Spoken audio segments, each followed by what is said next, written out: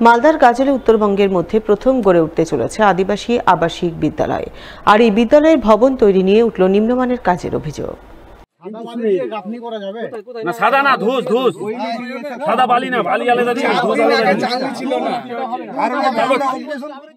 যে অভিযোগ তুলে গত 3 দিন ধরে কাজ বন্ধ রেখেছেন এলাকাবাসী। ঘটনায় নিম্নমানের কাজের অভিযোগ তুলে সরব হয়েছেন তৃণমূলের স্থানীয় অঞ্চল সভাপতিও।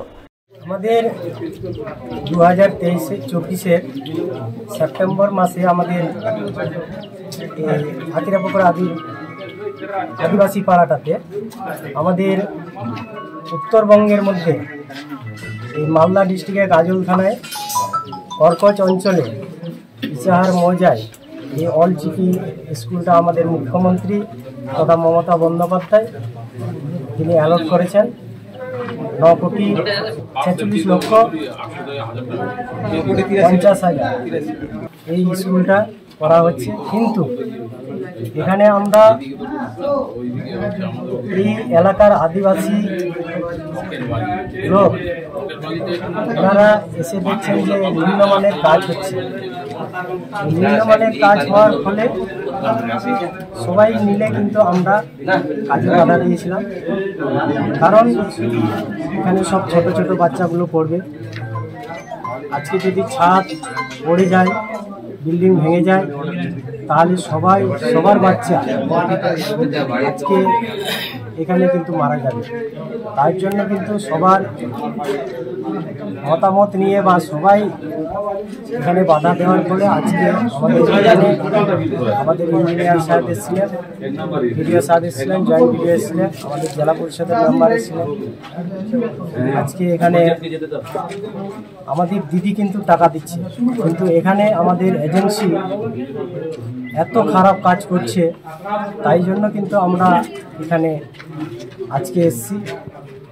এবং এই কাজটা যেন ভালো হয় এবং ভালোভাবে যেন সম্পন্ন হয়, এটাই আমরা চাই গ্রামবাসী।